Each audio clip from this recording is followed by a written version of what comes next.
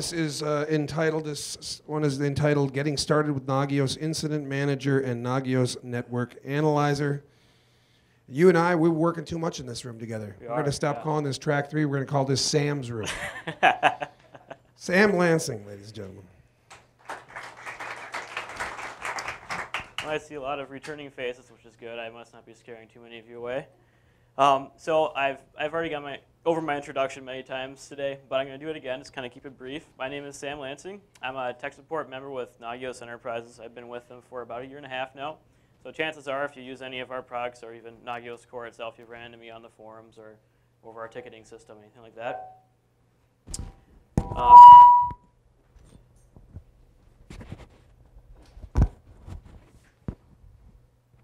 You still hear me? Okay. All right, so what I do is basically just testing, documentation, support mainly. I've wrote a few plugins and documents over this last 1.5 years or so.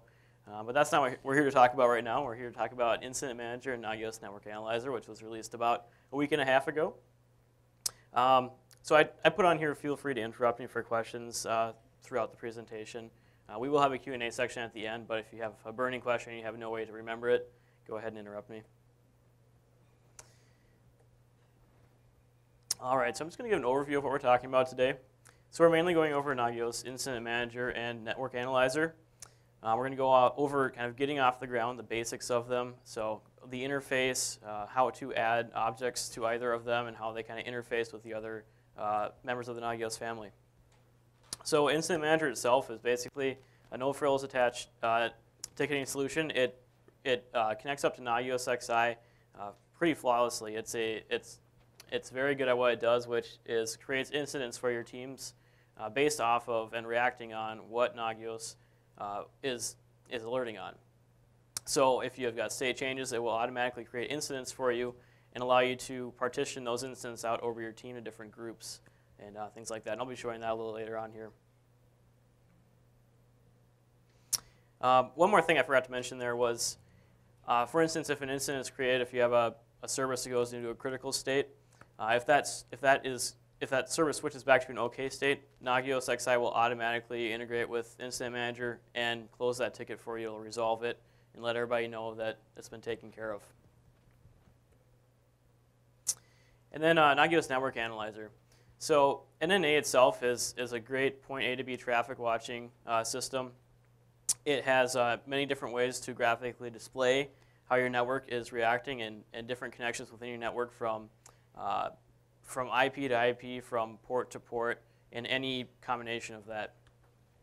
It works great for switches, firewalls, routers, any networking equipment. There are also what are called flow translators, which translates your network data into NetFlow or SFlow, which is what Nagios Network Analyzer reads, and those are also available for Windows, Linux. You can really watch anything having to do with your network with Nagios Network Analyzer. In addition to that, it has a very powerful reporting and viewing system, and you can also integrate custom queries.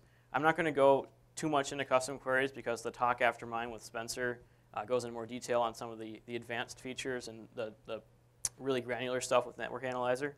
So this is kind of a broad overview of it. So Nagios XI plus the ticketing solution is great. That covers just about everything that you need to do within your environment, and that's what Nagios IM is there for. So we recognized the need about 1 year or so ago for a solution that you could build in Nagios XI because a lot of people are coming to us asking if we had a way to easily integrate ticketing, because you may have users or members in your help desk you don't want to give them access to Nagios XI, to change your configurations and the heart of your network monitoring solutions. So with Incident Manager as a ticketing solution, that kind of takes the necessity for them to be either alerted via email and normal methods, and also that makes it so they don't have to connect into Nagios XI and you don't have to worry about your configurations, anything like that. So like I was just saying, it really bridges the gap between help desk and your other members on your team and what you do as a Nagios admin. It offers kind of some more customization and control rather than just the normal email, SMS, RSS notifications and alerting. So there's a Nagios XI component And I'm going to be showing an example of this, and that's how you integrate Incident Manager with Nagios XI. You have to use the API key that's generated by Incident Manager itself, just so you can securely connect in between both of them. And it pulls the information that it uses to create incidents from the back end of Nagios XI.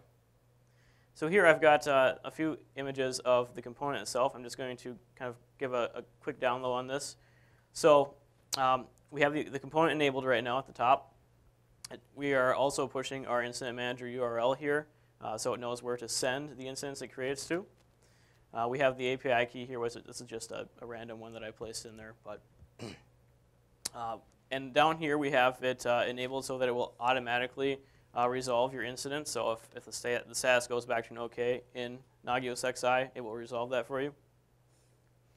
Down below here, we've got our max age. What that allows us to do, so for instance, if we've got a problem with one of our hosts or our services, we can set the max age of a ticket so that Nagios XI won't create a new ticket in Incident Manager for that same problem. So you can kind of create or stop duplications from occurring that way. Now, if you were here for my earlier talk, I did go over basic alerting message kind of schemes. It's the same thing with Incident Manager. So up here we've got just our basic Nagios XI macros for notifications. So we've got our host, service, status, and those are all dynamically filled in by Nagios XI based on what it's alerting for, or in this case, creating incident for. Now we can switch these all around. We can use different variations. We can use any of the notification or any of the back macros like this that we have available for normal use as well. We've got a document that covers all of those. We can also designate a specific user for those tickets to go to, and teams. And that is basically, instead of just a user, it's a group of teams. So if you think of it as sort of a contact group in the Nagios sense of things. All right, so we're just going to go over the interface here quickly. So the main interface page here allows you to really see a paged list of your incidents. This is from the Incidents tab. What we're seeing here is the name of the incident, and it's in direct relation to what it's being created for. For instance, this would be a VMware check here. We can see when it was created, when it was last updated, either by XI changing the status in Incident Manager or someone in Incident Manager updating it. We can see the type of incident it is, the status of it, and its priority. So you can create different priority levels for different types of incidents. So when we select an incident, I'm just going to go over the main pieces of the incident, how we're viewing it, and how we can use this data. So what we have here is, as I showed earlier, kind of how they were sent over. We have our incident type, the time it was entered into Incident Manager. We have the host and the service underneath that host that the incident was created for. We have the status of that check that really triggered this incident to be created. And we have the output from that check itself here.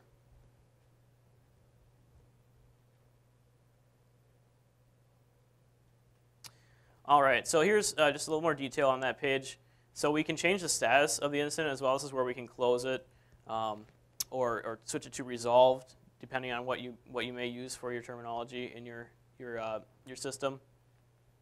We have the priority of the incident, who it was created by. This is by Nagios XI, when it was last updated, and then of course if it was resolved or closed, we would see that here. Because we can keep incidents in the system just so you can track back and see how things were changed, who fixed what problems, etc. And we can also attach files, say a screenshot of the problem from one of your users or someone at your help desk that needs your help, getting some more details. They can upload files there, and that can be very helpful as well. And then we've got a history of any changes made. So the Nagios admin down here said the VM team is working on this, and that was at that point in time. Then we have reporting with an Incident Manager. So we can use this to really find some general statistics about your incidents. We can calculate the mean time to resolution, so how long it's taking your team to resolve the incidents as they're coming in. We can see the first response time, so when an incident came in and was assigned to somebody, when they first started logging comments in there for the incident itself. And then we can also view all of our closed incidents here if we choose to keep those around as well. So it's just an example of the mean time to resolution here.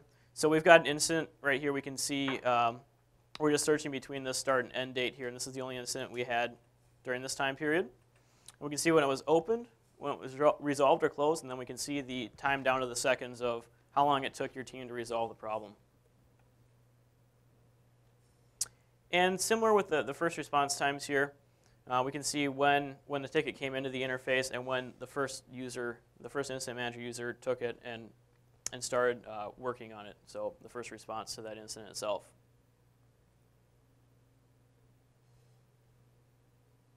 And then our closed incidents here.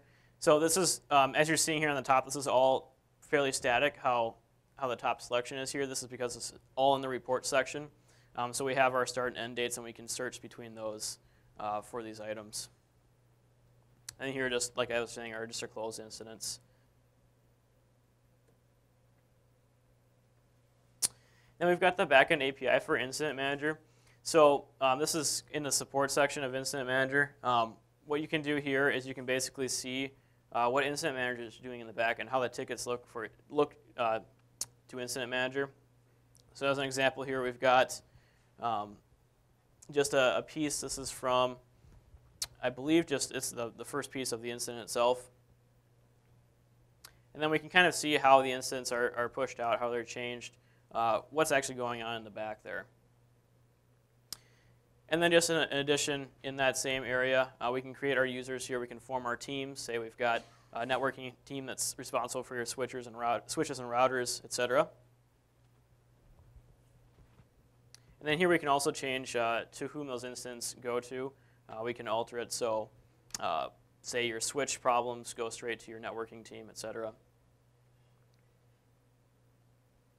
Now it's just kind of a brief overview of Incident Manager.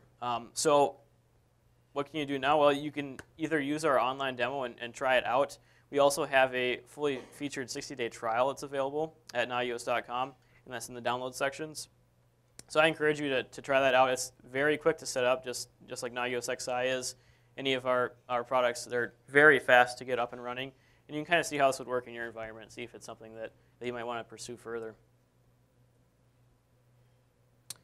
All right, so we're going to move on to Network Analyzer now. The Nagios Network Analyzer is a very powerful tool. So it really allows you to predict or see when possible security threats might be occurring over your network trafficking. And you can also track the trending of that data as well. So how much data is being used by who, on what port, what's the destination and the source of that information, etc. And you can really drill down to specific packets too that are being transferred over your interfaces. In addition to that, I did talk with some people earlier, and a lot of people use SNMP alerting. So you can actually push SNMP traps for alerts through Incident Manager, or excuse me, through Network Analyzer as well. So how does it really work? What Network Analyzer uses is something called NetFlow. NetFlow is kind of a translated version of your network data that's being sent from point A to B. You can pull it from workstations, servers, really anything that's got a networking interface on it. And this is kind of this is why I try to get to this slide as soon as possible here. This is a little easier explanation than what I can do for justice. So here we've got all of our devices. So we've got, let's say this is a switch and a router, another switch maybe for a LAN, and internet traffic coming in. And this is all going to, let's say, a Linux server. This Linux server has got what's called a NetFlow exporter on that, and that really translates that data into something readable by your collators, or say your network analyzer, which takes that data and makes it human readable, makes it so that we can graph it, do custom queries into it, etc.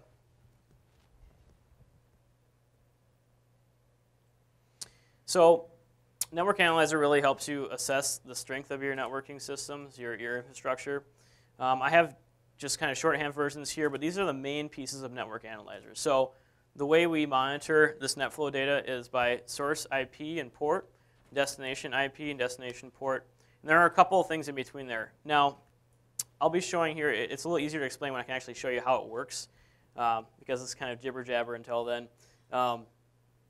But you can custom tailor your reports based on, say I want to see the traffic from port 1 to port 3, and I could drill down right into that and see all the traffic being sent over those ports from what IPs, etc. So we're going to hop into the interface here. This is the main dashboard for Network Analyzer here. We can set up custom checks within Nagios XI so that you can actually see your custom queries in Network Analyzer on your XI system. So let's say you're monitoring everything through XI. You don't have to come back to the interface here and look at all that data. Again, you can have custom checks set up to constantly check that information. Down below here, we can see our aberrant behavior. So we can set up thresholds for our interfaces from all of our interfaces over the ports or the IPs that the data is being sent over. And what I say by interfaces, I sort of mean sources. So a source could be anything from an XI server, your switch, it could be a Windows server. Anything like that is a specific source.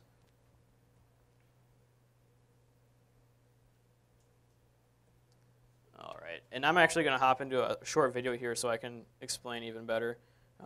It's difficult to all get written down, but it's a lot easier when you see it. All right, so here we have a source view. Now, there we go. Now this source here is just named S server. It's a Nagios XI server, but it could really be anything. Now what we have here, if I hop back, is we've got 2 ways we can view graphs of this data. Now the graphs are any combination of bytes, flows, packets, or bytes per second. Those are the different ways that we view this NetFlow data in Network Analyzer. And we can either view those graphs in a logarithmic or a linear format. This right now is a linear format. With logarithmic here, we've got access to actually enable or disable certain types of the flow data, so we can remove bytes or flows from the equation and only see packets and bytes per second, etc. Sort of like how the Graph Explorer works within Nagios XI. Now down below here, we've got the top 5 talkers. Talkers are what we term the traffic as. So for instance, by destination IP, so this server is sending 63% of its bytes to this IP address here. And then we can see down below here 18%, et cetera. And it goes along the list here. We can see by source IP, so the source data that's coming into the system, et cetera. Let me speed ahead here quickly.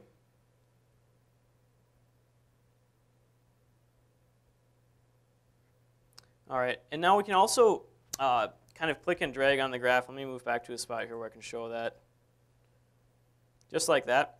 So what we're seeing here is we can actually zoom into specific points within this data that's being collected by Network Analyzer, and we can kind of drill down and see how many flows, packets, bytes per second, et cetera, we're coming in at that point.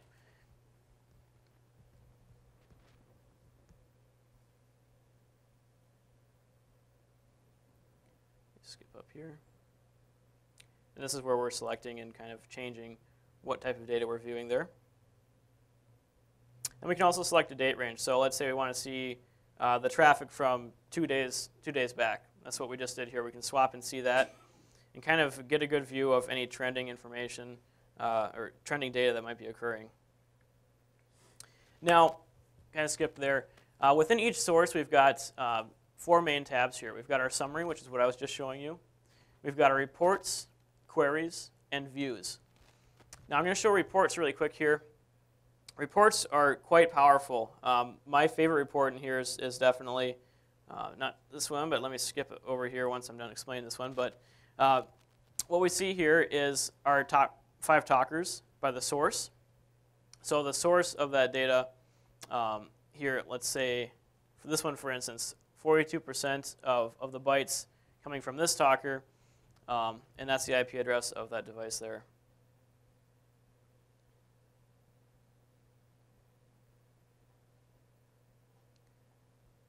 All right, now this is the one I was talking about. This is an excellent report.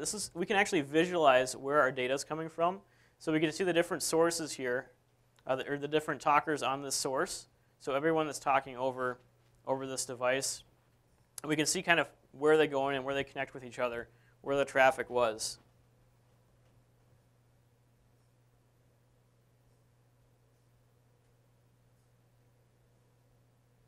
Alrighty. And once again, down here, we've got some more granular information on those talkers as well. So we see this is a start and end date for this particular talker here. We can see the source IP of that talker, which was .5.182 in this case here, the last digits on that one. We can see the flows, the flow percentage, packets, packet percentage, etc., of the data being sent over from that talker.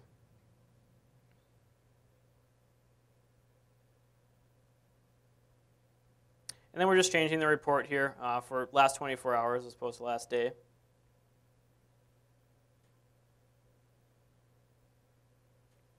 And here we're generating those graphs again.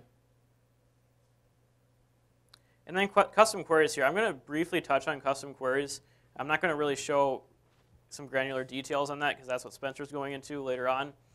But for instance, we can say, I want to see all the traffic that occurred from destination IP, this destination IP to this destination port, or this source port to this destination IP. And you can kind of switch them back and forth like that and intermingle them. But that allows you to really drill down and see on a packet-by-packet basis where this information was traveling over your network. So it's quite powerful. You can see how much bandwidth is being used that way, where certain information was coming from and at what point.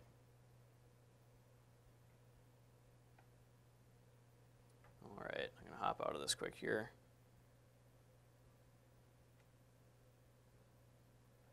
Now this is the basic source configuration here. So when we create a new source, we of course give it a title, the IP address of that source. So this would be this XI server. That's the address of that XI server. We have our listening port. So on this Linux XI server, we've got a flow exporter, and that exporter requires you to have a specific port designated for it to send that data over. And this is the port that we selected there. It's the incoming flow type is NetFlow.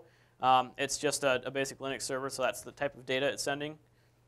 And there's also sFlow. I don't have the exact definition for sFlow, but that's the type of data you'd see coming over from a switch, for instance. And then we can choose the raw data lifetime. So how long you want to hold that flow data in there for that system. And you can change this at any point, increase that. But if it's the last 24 hours, that's the amount of time that data will be held within NNA.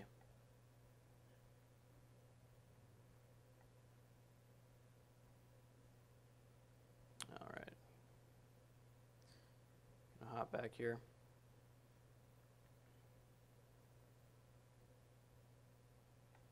Okay. So like I was showing earlier, we can use it to periodically check, and we can use NNA to periodically check your sources, and then kind of set up warning and critical thresholds, just like any Nagios check. So for instance, we can analyze a specific source for bytes, and we've got our warning and critical thresholds here. So if it doesn't meet those, or if it meets or exceeds those, it will go into an alerting period. Now you can be alerted by NNA over just basic contact format, so over email. You can push SNMP trap notifications as well. And then we can set up some custom rules down here. So for instance, where the destination IP is this, and then we can kind of create chain rules like that and really get down to the nitty-gritty as far as where our data is coming from, so we can be alerted for specific sections such as that. And here's an example of how we work in those Nagios XI and core checks.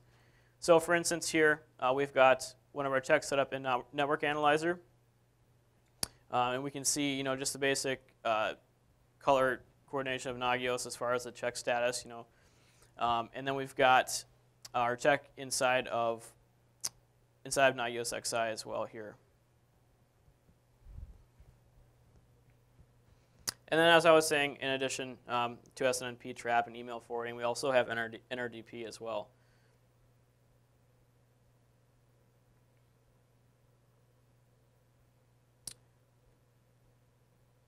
All right. And there's another section, of course, that I like to make people privy to within Network Analyzer, which is the help section.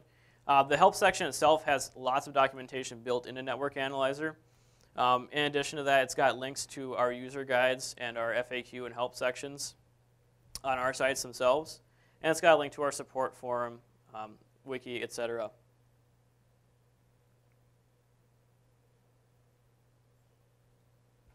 And then the configure menu, this is where we would actually define our users for Network Analyzer. So of course you've got your normal admin and your normal basic users themselves, and you can kind of decide what they are allowed to see and do within the interface itself. We would define our contact information for alerting. Like I was saying, we can select their interface access levels and disallow or allow access to the backend API of Nagios Network Analyzer.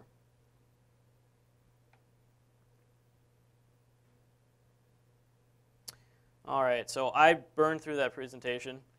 My last presentations, I ran out of time before I was out of information. So my apologies for that.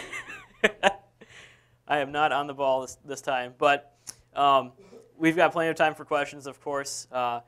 We also have a fully featured 60-day trial of Network Analyzer, as with any of our products, where you can just throw it into your systems, integrate it.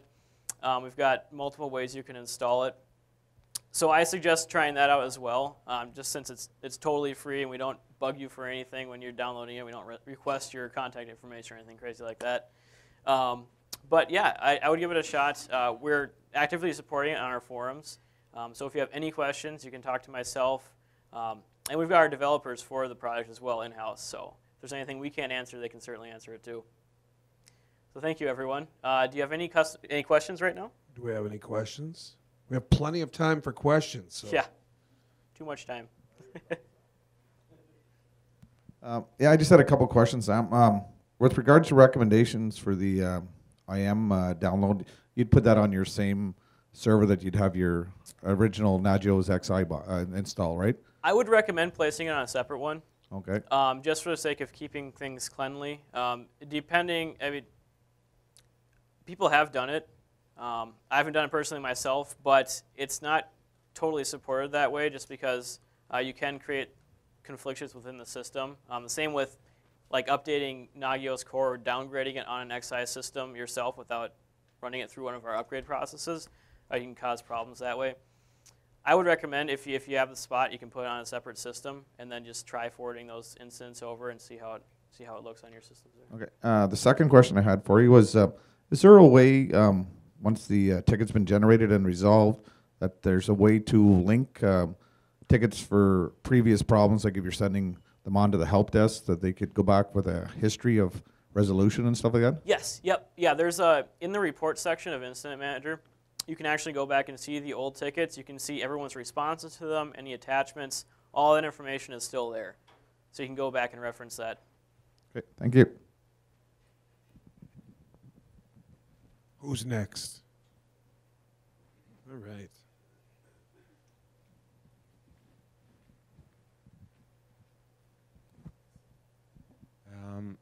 I wonder if you click on the new incident manager and create one, is that going to show up on the XI?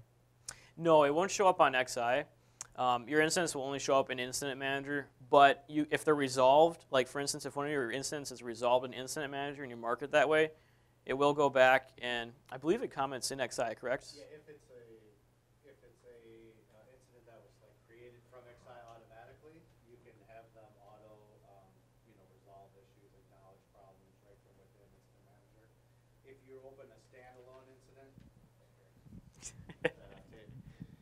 if you open a standalone incident by clicking the new incident, Incident Manager can run standalone. It doesn't have to run hooked into Core or XI. It has its own API, so you can create your own incidents inline, or you can create them with other products. You could integrate an Incident Manager with any other product. It has a full backend API for creating, updating, editing, deleting, everything. So you could do all that even with and integrate it with other products. But if it's not something that was created from like one of our systems, there's no way for it to know where to go back to touch the API to update it. But if it is created from within like XI, it does acknowledge. You can acknowledge it comments it right in XI. So that's available.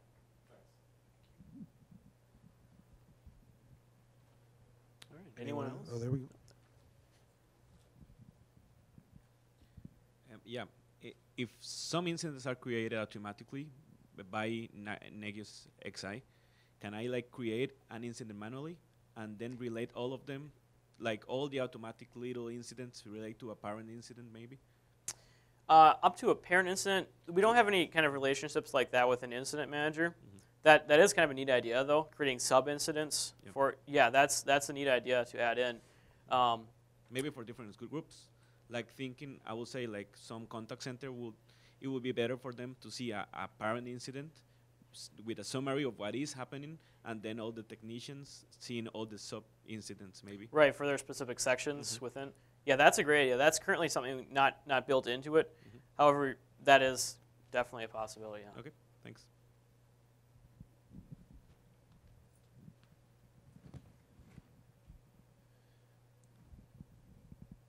Following on this question, so you guys planning on complying with any incident standards like ITIL? That I'm not privy to myself. It doesn't. Scott's worked with it extensively. Yeah.